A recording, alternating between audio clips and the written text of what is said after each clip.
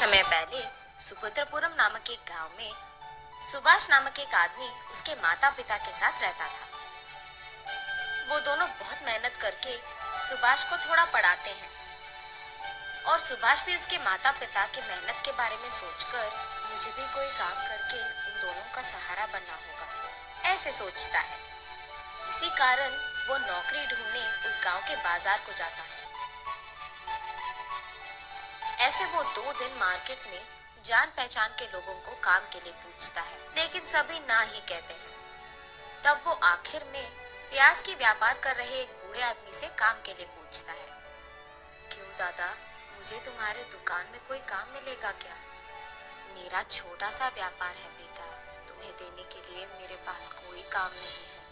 हाँ, 2 दिन से घूम रहा हूँ दादा, कोई काम नहीं मिल रहा है, इसीलिए तुमसे पूछा मैंने। ऐसे दुख में कहता है यहाँ काम करने से बेहतर तुम कोई व्यापार कर लो बेटा।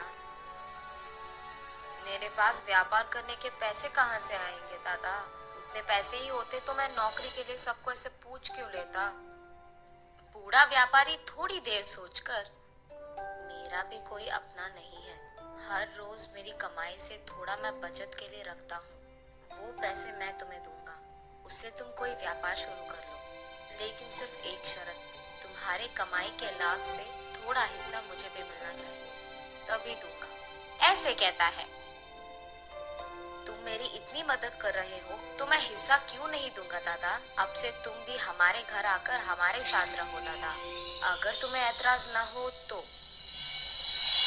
ठीक है बेटा, मैं तुझे पैसे दे दूंगा, उन पैसों से तुम्हें कौन सा व्यापार करना है इसका फैसला करो। ठीक है दादा, ये कहकर वो वहां से अपने घर चले जाता है। उस रात बहुत सोचने के बाद वो फैसला करता है कि उसे पानी पूरी का व्यापार करना है। अगली सुबह सुभाष बाजार जाकर उस बूढ़े व्यापारी से ऐसे कहता है, दादा, मैंने पानी पूरी का व्यापार करने का फैसला लिया है। ठीक है बेटा, तुम्हारी मर्जी, ये लो तुम्हारे निवेश के पैसे, इससे अच्छा व्यापार करो, कहता है वो बूढ़ा व्यापारी। ऐसे अगले ही दिन पानी पूरी का दुकान लगाता है सुभाष, और क्योंकि उस बाजार पूरे में कहीं भी पानी पूरी का दुकान नहीं था, छोटा हो या बड़ा, सभी सुभाष के ही दुकान आते थे। वहाँ उसी मार्केट में सुब्बैया नामक एक उधार देने वाला व्यापारी था। उसको इस बात का नाज था कि उससे पैसे लिए बिना उस पूरी बाजार में किसी ने भी कोई व्यापार शुरू नहीं किया। वो हमेशा यही सोचता था कि इस सारे बाजार में सबको मेरे ही पास आना होगा।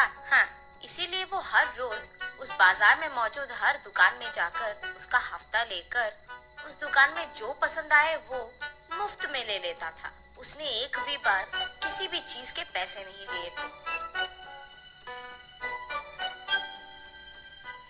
दूसरी तरफ उससे पैसे लिए बिना खुद का व्यापार शुरू करके सुभाष का व्यापार अच्छे से चलना देख सुब्बैया को बिल्कुल पसंद नहीं आता है।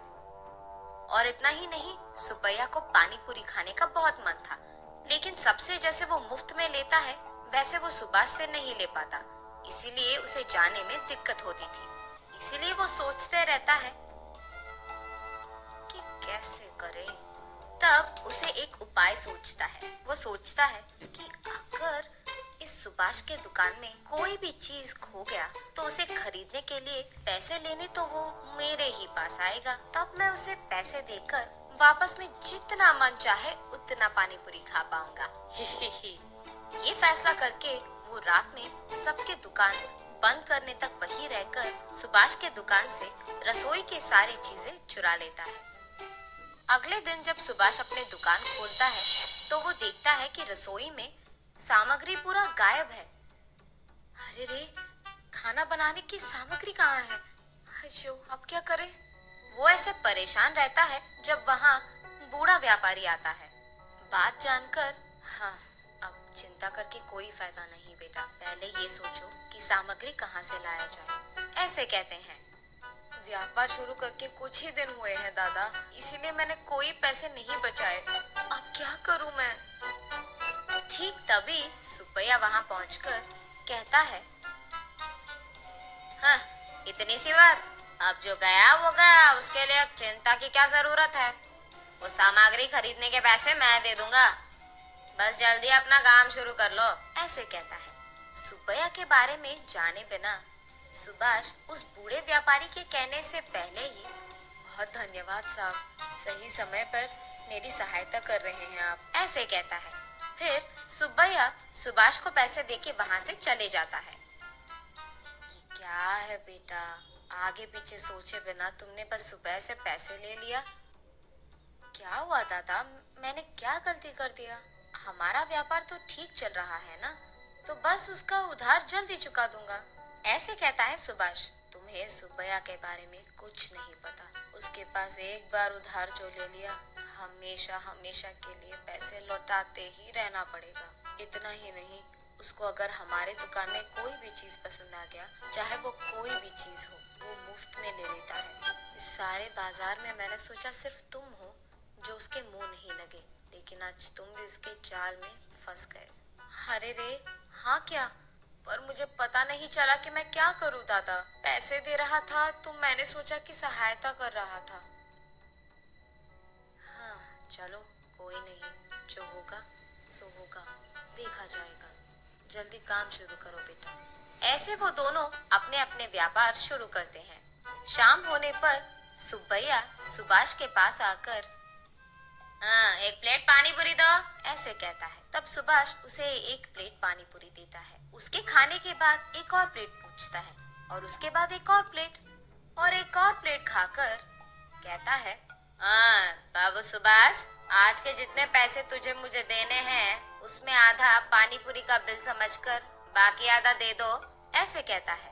ये सुनकर सुभाष चौंक जाता है। अब कुछ नहीं कह पाता है, इसीलिए वो बाकी के पैसे सुब्बैया को उधार के पैसे समझकर दे देता है। ऐसे ही हर रोज 4 प्लेट पानी पूरी खाकर उसके रोज के मेहनत के पैसे लेकर जाता था। इस कारण सुभाष को समझ में नहीं आता है कि वो कितना कमा रहा है और कितना गवा रहा है। अगर ऐसे ही चलता गया तो मैं उधार के पैसे कभी नहीं चुका पाऊंगा और आगे नहीं बढ़ पाऊंगा। नदी के किनारे एक पेड़ के नीचे बैठ जाता है। वहीं से गुजर रहे एक साधु उसे देख उसके पास आकर कहते हैं, क्या हुआ बेटा, इतने चिंतित बैठे हो, सब ठीक है? तब जो कुछ भी हुआ सुभाष उन्हें समझाता है। इतना ही, ये कहकर उनके बैग से एक प्लेट निकालकर उसे सुभाष को देकर ऐसे कहते हैं, ये एक माया प्लेट है, इसमें जो भी डालो एक के बाद एक आते ही रहेगा, लेकिन ये एक ही बार काम करेगा। तुम अपने तेज दिमाग से इसका सही उपयोग करो और अपने आप अपने मुसीबत का हल ढूंढो, ऐसे कहते हैं। बहुत बहुत धन्यवाद स्वामी, ये कहकर वो दोनों वहां से अपने अपने रास्ते पकड़ते हैं। अगले दिन सुभाष हमेशा की तरह अपना दुकान चलाते रहता है।